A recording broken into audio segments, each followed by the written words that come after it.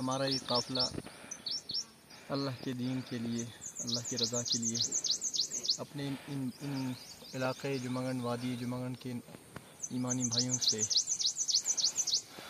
ملاقات کے لیے اور دینی نسبت پر حاضر ہوا۔ اللہ کی قدرت، اللہ کا شاہکار ہے۔ یہاں آ کر انسان کو اندازہ ہوتا ہے کتنی خوبصورتی، کیسے ندی نالے، کیسی آبشاریں، کیسے پہاڑ اور کیسے پیڑ پودے، نہایت پاکیزہ ہوا اور نہایت پاکیزہ غذا، صاف ستھرا ماحول۔ اہل ایمان کو چاہیے سیروا فی الارض، زمین میں گھومنے پھرنے، اس غرض سے سیر و تفریح کے ایمان بھی تازہ ہو جائے اور ایکسرسائز بھی ہو جائے۔ اچھی خاصی ورزش اور ایکسرسائز ہوتی ہے اس علاقے میں، پیدل چڑھنے میں پسینے چھوٹتے ہیں اور ساتھ میں اوپر سے پھر ٹھنڈی تازہ ہوائیں اوپر سے پنکھے کا کام کر دیتی ہیں۔ تو کل ملا کے یہ ایمان افزا ہے، صحت کا بھی اضافہ ہوتا ہے، ایمان میں بھی اضافہ ہوتا ہے اور خدا کی قدرت کے مناظر دیکھ کر کے واقعتاً اللہ کی ذات سمجھ میں آتی ہے کہ اللہ اکبر، اللہ کتنا بڑا ہے، اللہ کتنا شاندار ہے، کس طرح اس نے اپنی کائنات کو سجایا ہے۔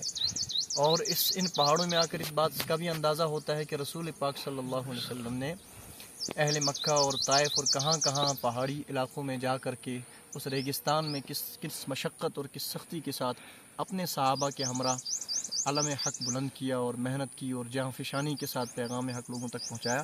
تو میں سمجھتا ہوں یہاں ایسی جگہوں پر حاضری سے اس سنت پر بھی کسی حد تک عمل ہوتا ہے کہ انسان کو ایک پاکیزہ ماحول بھی اور پہاڑی علاقوں کی مشقت بھی اور اس طرح کے دور دراز کے دیہاتی علاقوں کا ایمانی منظر بھی سامنے آتا ہے اور اس بات کا بھی احساس ہوتا ہے کہ کتنا ان جگہوں پہ حاضر ہو کر دینی انسانی خدمت اور محنت کی جائے۔ اللہ پاک ہم سب کو بار بار آنے کی توفیق دے۔ یہ سب اللہ کا انعام ہے، ہم خدا کے غلام اور خادم ہیں، ہماری کوئی حیثیت نہیں۔ اللہ پاک اپنی توفیق سے کسی بندے کو کچھ کہنے سننے اور ان نسبتوں پر جڑنے کی توفیق دیتا ہے۔ یہ ہمارے ہمراہ شفیق الرحمان صاحب جمگن کے طالب علم ہیں اور انشاءاللہ آئندہ آنے والے وقت میں یہاں کے عالم ہوں گے۔ یہ میرے عقب میں آپ دیکھ رہے ہیں حافظ عادل صاحب درہامہ سے، پیچھے حافظ شمیم صاحب اور یہ حافظ عباس صاحب، یہ بھی طالب علم ہیں۔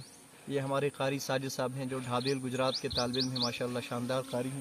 اور پیچھے منظور صاحب یہ وارسن سے آئے ہیں۔ تو الحمدللہ ایک حلقہ ہے طلبہ کا، یہ مختلف مدارس سے تعلق رکھتے ہیں اور یہاں دینی نسبت پر انہوں نے سفر کیا ہے اور مختلف لوگوں سے گفتگو ہوئی، مجالس ہوئیں، مستورات کی، مردوں کی، مساجد میں۔ تو الحمدللہ مجموعی طور پر یہ سفر بہت مبارک رہا۔ اللہ تعالی ہم سب کی حاضری کو قبول فرمائے اور عالم اسلام پر اپنی نظر کرم فرمائے۔